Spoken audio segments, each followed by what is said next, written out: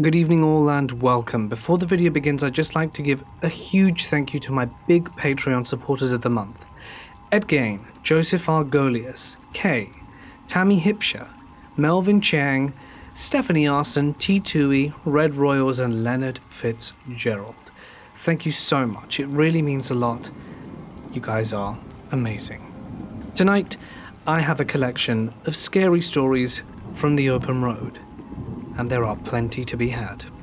So buckle up, get comfortable, and let the darkness take control. This happened last night, and honestly I'm still a bit shaken up about it. I work evenings as a dispatcher in a medium-sized Midwestern city. I was driving home at 2 a.m. when I stopped for gas. In retrospect, it was stupid to have stopped at all. The gas station was poorly lit and completely empty of any other customers. But I knew the shady areas of town, and this was usually not one of them. As I was pumping gas, I noticed a middle-aged woman sitting on the curb across the parking lot. It was a cold night, and had just started raining. The woman was not wearing weather-appropriate clothing, so she was drenched. When the woman saw that I was watching her, she called out to me from across the parking lot. My second of many stupid decisions that night was choosing to engage with her. I was worried for her, so I approached her to see what sort of help I could offer. "Hi, beautiful. I'm just trying to get home, but no one will help me. I'm trying to get into the city, but the cab ride is $60 and I only have 40. Can you help me?" I don't usually give money to panhandlers, but this woman seemed genuine. The weather was terrible, and my job centers around helping people, so I agreed.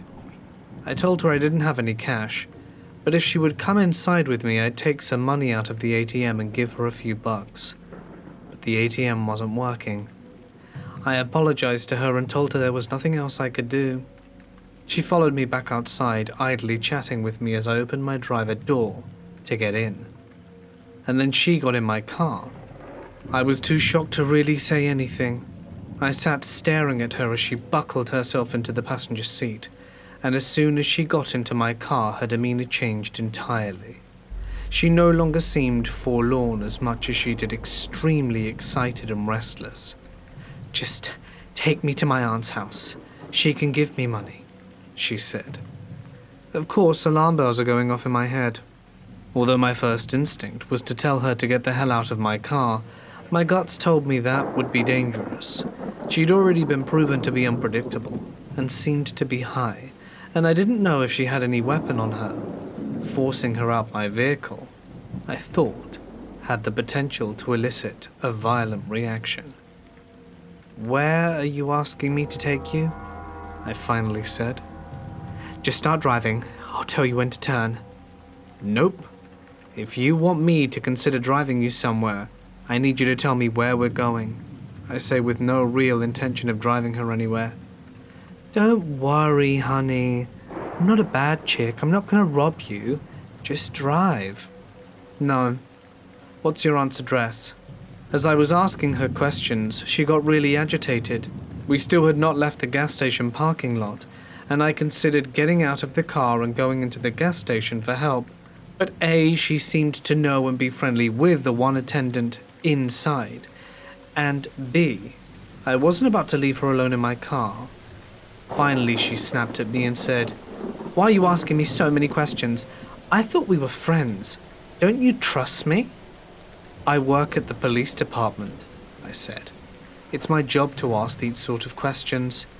She flipped out and started yelling at me about being a snitch, about trying to get her into trouble, and just generally losing her damn mind. At this point, I'm more scared than ever. I just wanted her gone, but my instincts still told me to get her out of my car. I decided to take a risk. "I'm not a police officer. I just work at a police department. Why don't I take you to Walmart and see if they have an ATM that works?" My idea was to get her out of the car as peacefully as possible, then lose her in the store. She liked my idea and immediately calmed down. I knew that driving off with this woman in my car was incredibly risky, but it seemed like my best option at the time. As we were driving, she kept talking to me. Her thoughts were erratic, bouncing all over the place. It sometimes seemed difficult for her to follow through with a thought, but this is roughly how our conversation went. I'm glad we're friends now. I have about 5 or 6 people trying to get me. I'm gonna come to your work tomorrow so we can arrest them. Okay, we can talk about it tomorrow. Tonight you said you're trying to get home? Yeah, honey, I'm really trying to get out into the sticks. The sticks? Thought you said you wanted to get to the city. Yeah, I meant the city. That's what I meant. That's why the cab ride's $40. It's far away. The cab ride's $40? Yeah, baby. You said you had $40. I do, baby, but I have $40. The cab ride's 60. And then there was silence. Are you sure you can't take me to my aunt's house, sweetie? She lives down on Fuller Road. That's not what you said before. Oh, no, baby, I'm sorry. Oh, it doesn't matter. She won't give me the money anyway. You sure you can't just take me to the city? It was terrifyingly obvious that this woman was utterly full of crap, because the details of her story were constantly changing. When we pulled into the Walmart parking lot, she finally got out of my car, only after I left first, and followed me to the store. I told her before we went to find an ATM that I needed to use the restroom. My plan was to call the police from inside the store, but she followed me into the bathroom, and that's when things got really weird. She grabbed onto the crook of my arm and whispered in my ear, "If you don't have any money, that's okay. But let me ask you something, sweetie. Do you like being eaten out?" I told her no as forcefully as I could manage, bolted into a stall and then locked the door as fast as I could possibly manage. As soon as I had a barrier between us, I said, "You know, I have some friends at the police department that could probably help you better than I can. I'm just going to call them and see if we can figure this out together." Again, at the mention of the cops, she began screaming at me, and I just kept reiterating that the police would help. She snapped at me and said she was going to leave and stormed out, but it wasn't over. I waited to make sure she was really gone. Sure enough, not 60 seconds after she left, she came into the bathroom and started banging on the stall door, and she said something that scared me more than anything else. "Hey, come back to your car with me. I left my beer in your car." I blatantly tell her no. I saw her get into my car and she had absolutely nothing with her, other than the clothes on her back. After that, she left the bathroom again and didn't come back. I waited a good 5 minutes before exiting the bathroom. I immediately found a manager who called the police for me.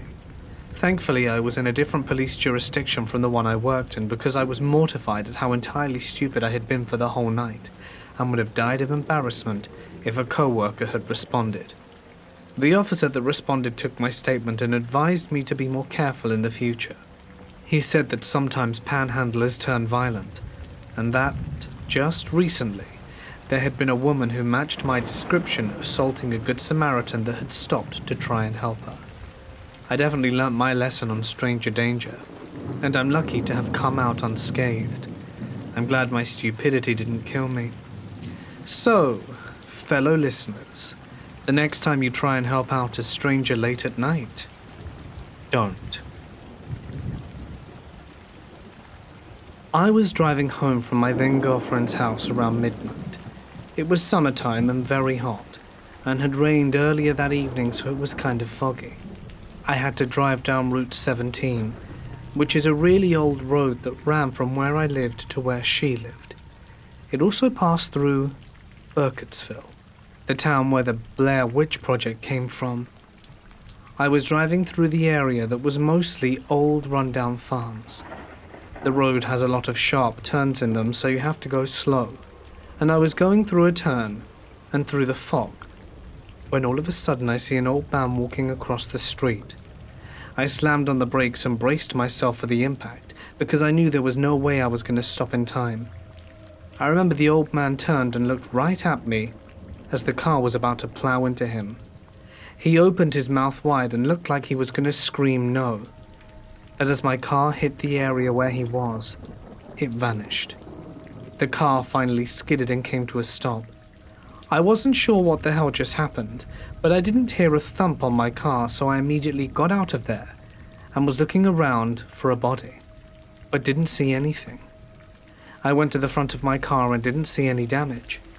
I walked behind my car a few feet away and couldn't see anything. I must have walked about 40 or 50 feet and started freaking out. And then I heard what sounded like footsteps coming from the darkness. I pretty much almost crapped myself at this point and sprinted back to my car. I told my mum the story the next morning, and just telling the story gave me goosebumps. My mum, who normally doesn't believe in the paranormal, looked at my arms and said, "Just by your reaction, I believe you." To this day, I'm not sure what I saw. It could have just been the fog, but it seemed so real to me. I found out later on that I was not the only person to claim to see an old man crossing the road. Once my friends and I were driving back from the nearest decent-sized city to our crappy little hometown in rural Tennessee. Now, I had an older car, but it was in fairly good shape. No real issues aside from some carburetor problems occasionally. There were probably 4 or 5 of us in this car. One of my friends had recently read some novel where a character says, well, Jesus, Buddha, and a bag of chips. Being wise-ass teenagers, we thought this was hilarious for some reason, and we kept coming up with various combinations of blasphemous words in the same vein as the original. After a few minutes of this, suddenly all the lights in the car cut off, inside and out. Nothing else was affected, just the lights. Then just as suddenly they came back on. Obviously we chalked that up to chance. I'd never had that happen in my car before, but it's not something that can't be reasonably explained. After a few minutes of nervous laughter, the blasphemy resumed. Again, the lights shut off. Now I was worried.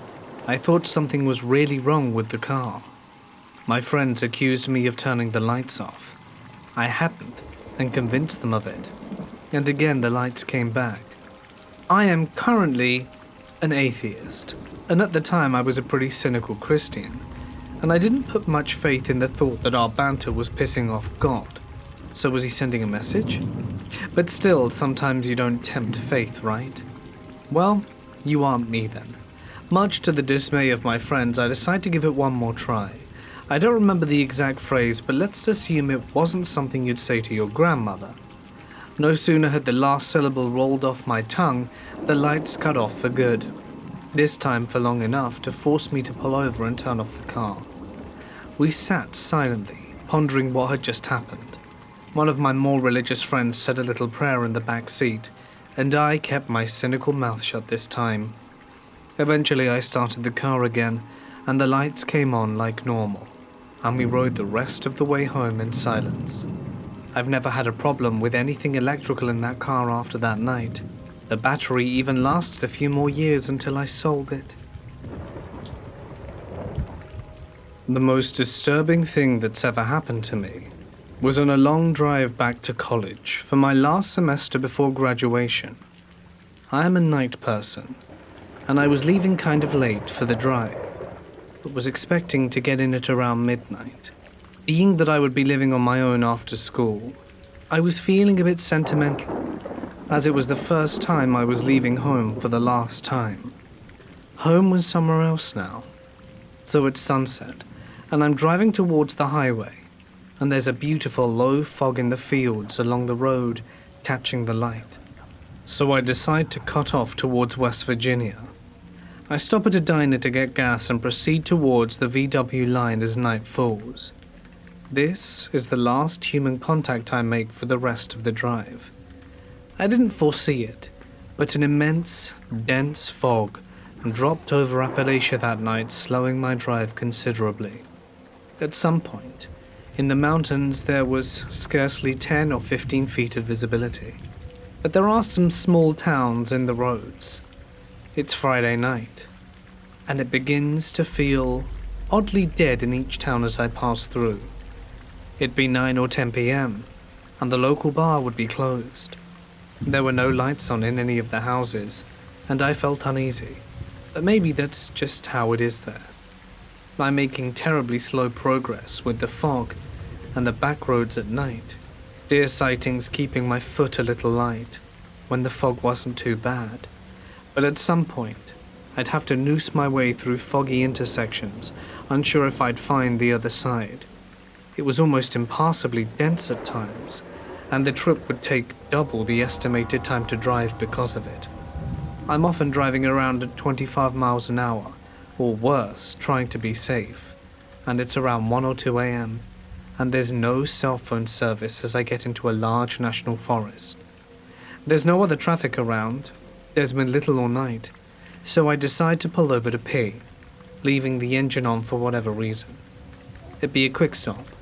I'm not fearless by any means, but I try to not let myself get too jumpy in the woods at night. But as I'm coming around the car undoing my belt, I hear voices maybe 40 or 50 yards into the forest, and then there's scrambling through the dead leaves and brush coming in my direction. It's night, no streetlights or houses, national forest. It's cloudy, foggy and starless and a perfectly moonless night, and I can't see anything off the road beyond the red glow of the taillights.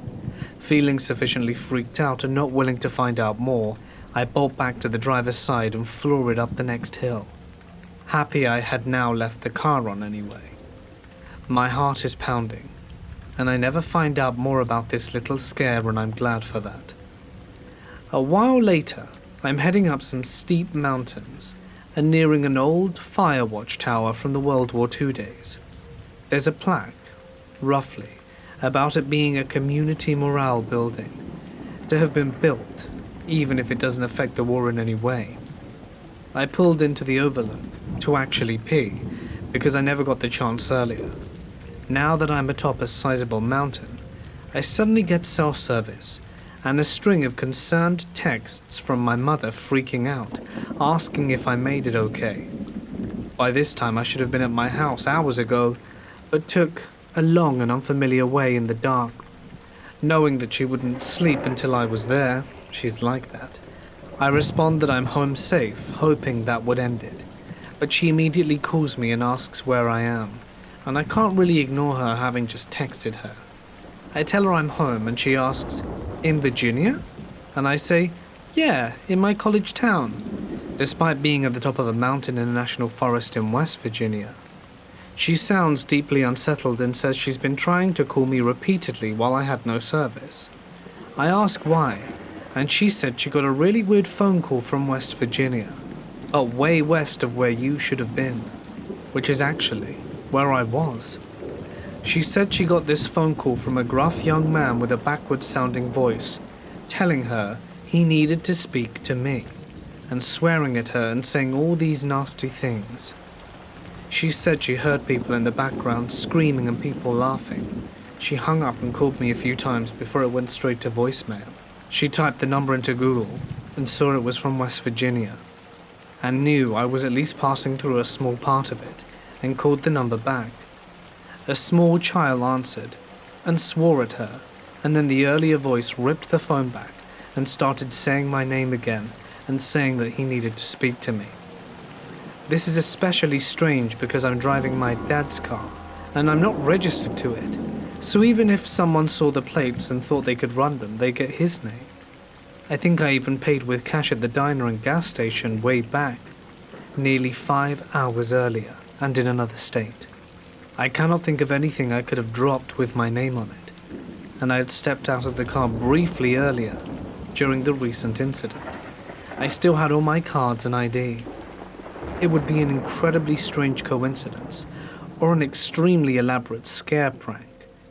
I do my best to reassure my mum I have no idea what that could be about, and that it must be some weird coincidence. I tell her I'm at my house and I'm okay despite how troubling I find it all in reality. She gives me a half-hearted okay, and we say goodnight. I pull out of the watchtower, pull off, and continue on into Virginia.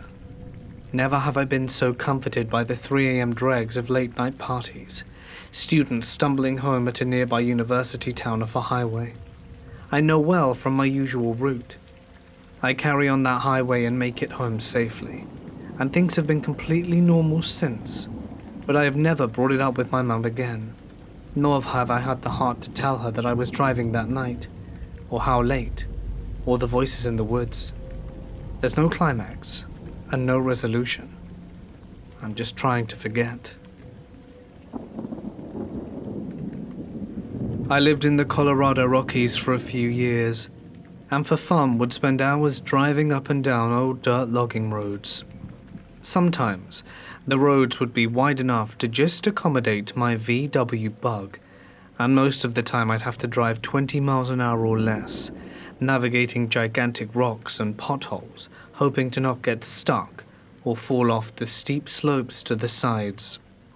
One day, towards the end of the afternoon, it was getting a bit overcast and I could tell a thunderstorm was approaching, so I decided to find the main road and head back via a small town called Mortis.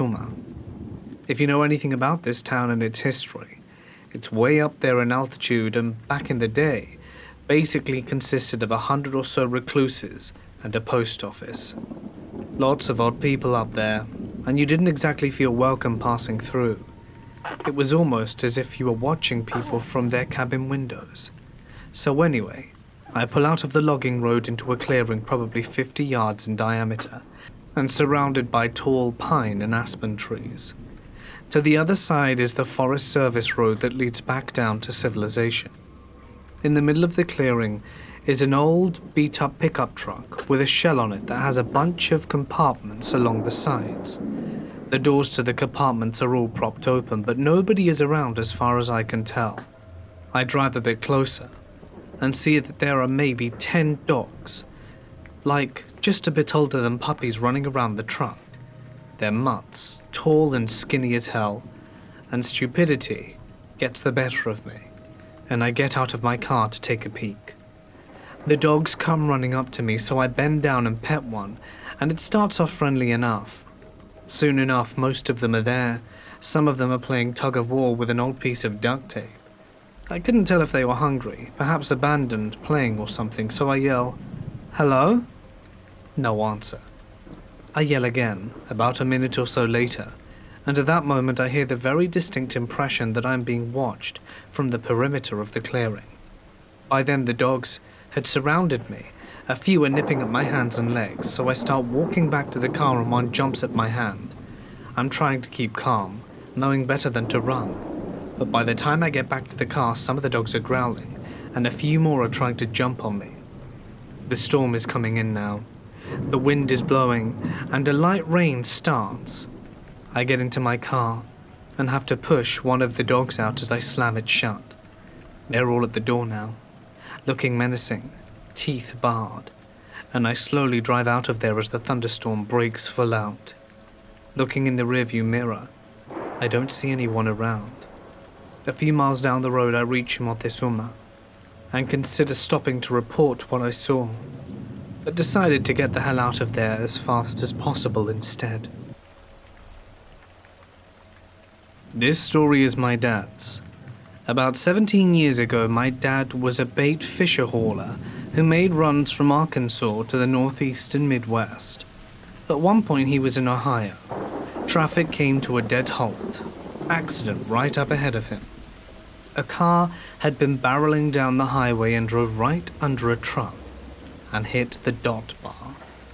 Dad noticed the smoke, figured it meant a fire was starting up, so he jumped out and ran up the back of the truck, where a bunch of other truckers and some drivers were. An engine fire was indeed starting, and there were 2 kids in the back seat of the car, real disoriented from the impact. The back passenger window was too small in the car for them to smash open to get the kids out, so they had to go through the front passenger window. Dad was the only one with a small enough frame of the group willing to climb in, so he did. Unfortunately, the driver was too stupid and hadn't been wearing a seatbelt. He'd been decapitated, and his body was laying over the passenger seat. So my dad had to climb over him between the front seat and pull 2 kids out who were basically dead weight out. He managed to do so. The car was mostly engulfed in flames about 15 minutes later. They handed the kids off to an elderly couple who took them back to their car and cleaned the blood off them and gave them some sandwiches they'd packed. State troopers got there a while later, took statements, and all of that from everyone. The state boys went back and checked on the kids. They were mostly fine, a little bit shaken up. The oldest one was a little girl, and Dad had a chuckle at one point when the little girl said, "Mama's gonna be mad at Daddy this time." Made him wonder what other bonehead moves the dude had done in the past. I remember when Dad came home after that run. He had a styrofoam ice chest with him, and his clothes were in ice water. Those clothes had been absolutely drenched in blood. Luckily, it all came out in the wash, which was good, because they were his favorite jeans. A few years ago, I moved to Fort Worth, and later took a job in Lubbock. I had a wedding to attend back in Missouri, so I took a load of my stuff to my new apartment, and then drove back to Missouri. It was a long drive, and I left the wedding reception at around 6 or 7 and started to drive back because I had my new job in the morning. Between Lubbock and Wichita Falls, there is a 3.5-hour stretch of highway that is mostly ranch country. There are a few really tiny towns sprinkled in, but you can drive the whole 3.5 hours and would never see a car if you do it at the right time. I happened to come through at 3 a.m., so I turn onto the highway, which runs basically straight east-west, looking forward to the last leg of the drive and finally being able to sleep. There was no one on the road, and you just have that weird feeling of being alone. There was no reception for me once I left Wichita Falls until I got to Lubbock. So here I am driving through ranch country with no reception and nothing around, and I come to one of the first little tiny towns on the side of the road, and in the middle of the town is a car that seems to be broken down. There's a woman standing there with the hood up and a jack nearby, but not actually being used, and is trying to wave me down. Normally I'd stop and help in situations like this, but I really needed to get back and grab some sleep. Not to mention how the whole thing just felt wrong. As soon as I pass the car, the woman runs to the passenger side and gets in. A man springs out, hiding behind the other side of the car, slams the hood down, jumps in and starts the car, and they begin driving after me. It was all super hurried as soon as I didn't stop. So I did what anyone would do and pumped it to 80 to 90 and hoped there wasn't a cow loose. I could see their headlights on the highway behind me for a long time, but they eventually gave up. We hadn't come to any other town or place to turn off, so they had to have turned around. I was super creeped out, but I think I kind of forgot about it until I remembered some stories the other day. My girlfriend and I were going on a backpacking trip in NorCal. She had worked that afternoon until 5, so we didn't hit the back roads to the mountains off the highway until just before dark. The route we took was plenty familiar and went through a nice country area. This was our second trip to the same place. Only the first time we came there happened to be during an OHV competition, so the place was really populated. This time it was not, and my girlfriend joked about the movie where a serial killer cleaned out a town and just kind of played chop after killing everyone. Of course, she then fell asleep, leaving me up with our dog alone. The whole drive through the town, and then the farmlands went by without meeting a single person. When we finally started our descent of the unmaintained mountain access roads, I get that nagging feeling that someone's there, and you just can't see them. So I turn on the CB to hear any nearby traffic from campers or all-night trail drivers and get nothing. Now this truck is 22 years old and has some issues now and then. But about 2 hours into the mountain, the pitch black in the cab gets interrupted by an orange check light, which goes back off about a minute later. It's now dark enough that I turn on the overhead power light to give myself some comfort to our surroundings. Just then, the CB, which I forgot was on, squealed out the worst static ever, and I jumped to turn it off. Looking back up, this huge deer was standing in the road, and I had to slam on the brakes, stalling the truck and bringing back the engine check light on. Now it's dark, the truck's off, and the check engine light is on, and the damn dog starts whining. I try the key and the engine whines, but no start. I sit there and wait a while, and hallelujah, it worked. And we got to the trailhead. Surprisingly, we found around 10 cars parked, which is a hell of a lot more than comfort permits, especially so far out alone. And when I get out of the cab, I notice a group of around 8 sitting on the overlook. They turn to me and say, "Glad you made it all right." I later realized that vantage point made it so that someone was able to watch us the whole 3-hour drive up the mountain. All the while I sat in the cab feeling so damn alone. Sure helps you remember there's always someone out there watching you, even if you think you're alone. This happened to me about 2 years ago. For reference, I'm a 30-year-old female, on the petite side, living on the East Coast where the sun rises aren't until 6:37 in the winter. I worked opening shift to Starbucks as a manager, and on these particular shifts, I picked up the girl I opened with because she lived nearby and didn't have a car. This takes place at around 4:30 in the morning and it's very dark. I'm driving down an empty main road, decently close to the girl's apartment complex, when an old kind of beat-up forest green sedan seemingly comes out of nowhere and is behind me. We're the only cars on the road. I turn on my blinkers to turn a light on at the way of the complex, which is in a very dark area behind a bunch of offices and developments. I'm about 5 minutes away. The first red flag for me is how quickly the car turns on their blinkers after I do. They start speeding up a bit. I speed up, and they match my speed. I get a bad feeling, so I figured I'd take an unexpected turn to lose them and circle back. As soon as my blinker turns on, so do theirs. Any turn I take, they are taking it too. I'm freaking out after a few minutes of trying to lose them, so I pull into a nursing home and assume they'll give up. Well, so do they with no turn signals. Mind you, because they weren't expecting it, and they're parking across from me. I see the driver, and it's a woman, probably in her 50s with a small white dog. She looks slightly unkempt, but not crazy or out of it, just a dumpy little middle-aged woman. She rolls down her window, so I roll down mine and ask, "Is everything okay?" She replies in a sort of mumble, "I thought you were my friend. She has the same kind of car," or something along those lines. I've never seen her before, so I say, "Okay, no problem, have a good day." Weird. I shrug it off and go my own way.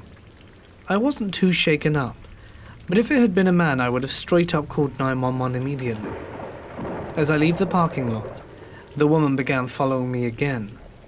I'm close to this girl's complex on some very dark roads and I'm freaking out. But I figure she's obviously not quite right in the head, and she would not pull into a big apartment complex parking lot. Well, I was wrong. I'm at a stop sign right before the entrance, crazy lady behind me and all, when I notice a red fox scurry by. This is only important because I strongly believe in signs from the universe, so it's a weird coincidence I see my favorite animal in this moment of terror. I pull into the complex parking lot and the crazy lady parks next to me. We're just sitting there for a moment, neither of us looking at each other. I lock my doors and roll down my passenger side window halfway, finger on the button in case things get weird. She rolls down her driver's side window and I ask her straightforwardly, "Why are you following me?" She then replies, "I'm following you?" and then repeats what she said to me the last time at the parking lot. She thought I was her friend. It was very strange, almost scripted. Now I'm feeling very uneasy because it's extremely obvious she had been, and I know it isn't smart to mention I'm meeting someone. So I say, "Well, I'm clearly not, and I'm here to pick up a friend. So, I'm not sure what to tell you."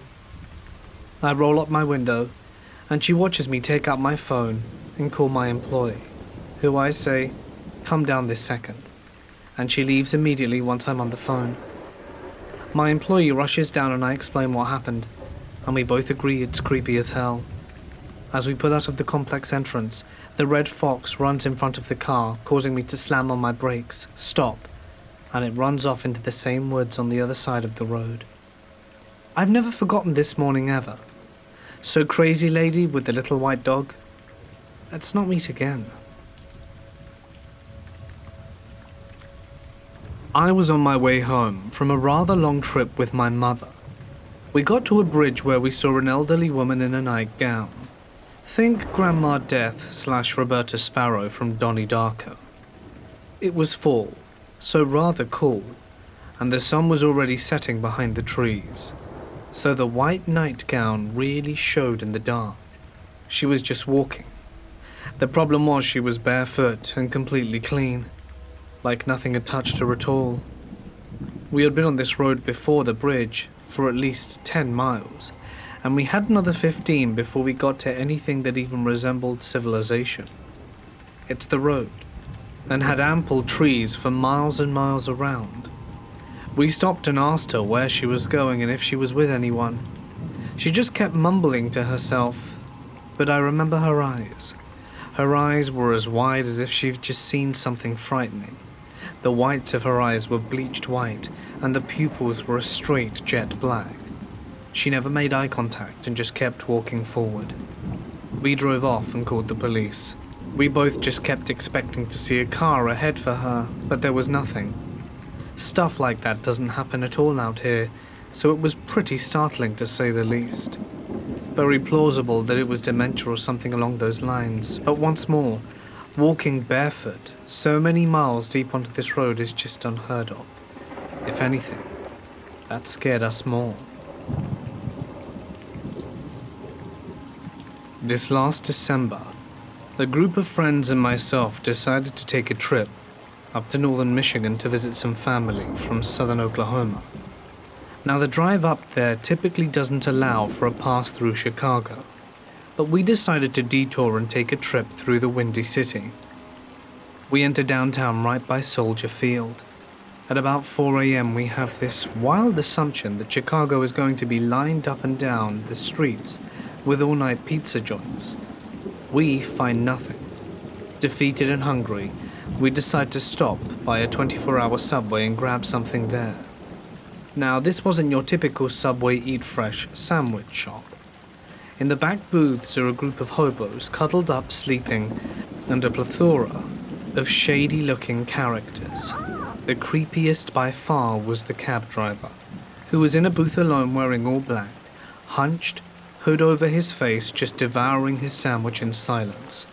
This cab driver happened to overhear us talking about wanting some Chicago-style pizza, and as he takes a break from looking creepy and absolutely devouring his sweet onion chicken teriyaki, he says, "You want pizza?" We quickly turn in unison and say, "Yeah?" He goes back to eating, and we awkwardly stare, waiting for some sort of help from this guy.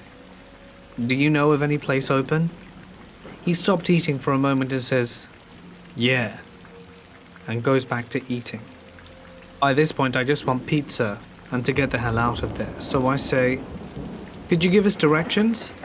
He looks up again and says, "Yeah, it's on the other side of Chinatown on Archer and Station."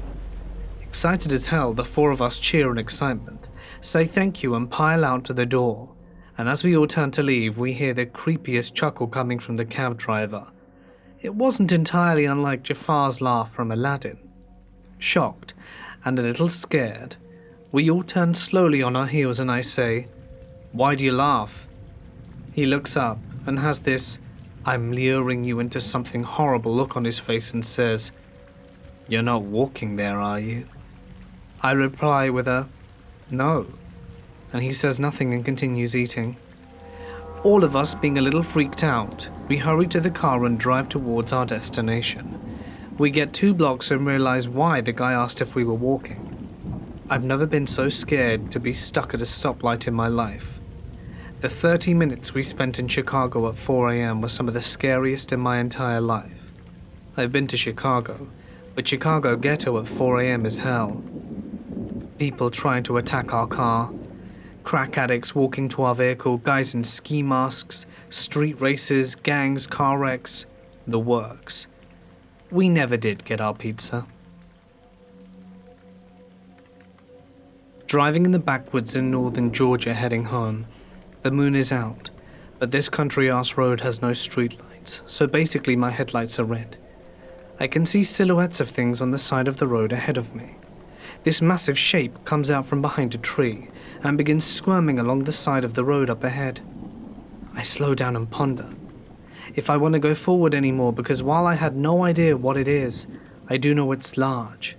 Looks about as tall as my car and just as long. I thought I saw spikes on the back and it's moving weird. I decide screw it and begin slowly going forward. I'm in the car. I can handle anything the state of Georgia can throw at me. Getting closer to the thing, I notice it's undulating funny. Turn ever so slightly to hit it with my headlights, and I see it's a deer trying to hump another deer, and I guess not quite getting there. I didn't stop laughing until I got home, because I was sure for a moment I was going to be attacked by some ancient, unspeakable horror. Hey guys, it's Mort here. Thank you so much for listening. I hope you did like the video for today. I loved the stories, but personally was very dissatisfied with my voice. I don't know what's happened. My voice has gone all funny. It's not really where I wanted it to be in terms of quality because of the voice. So I'm a little bit let down there. I've also been having some serious problems lately. I think you remember about 2 weeks ago, the electricity was gone, then the internet went for ages. And yesterday afternoon, the electricity went. So obviously the internet goes with it. And it came back this morning at around... No, not even this morning. About midday. So it was almost like 18 hours of no internet or electricity, which was really annoying. Yeah, I guess this is the price I pay for wanting to live out in the countryside, eh? Wanting to live somewhere rural, somewhere peaceful, and then all this stuff happens. So yeah, it's a bit annoying, really, and I'm not very pleased.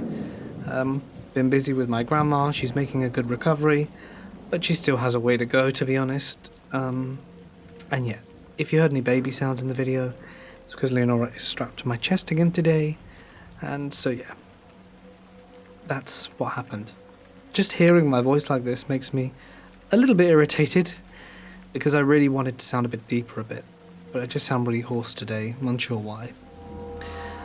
Alright then guys, I'm seriously thinking to get like a solar powered generator for the house, in case because that way at least I can keep like the internet on and the fridge and stuff. Oh god, it's really sucks for this to happen. Anyway, enough of my whining. I appreciate each and every one of you, especially my big contributors for the month and all my patrons, members and coffee supporters. By the way, there's a new coffee video out to any of my coffee members, if you want to check that out.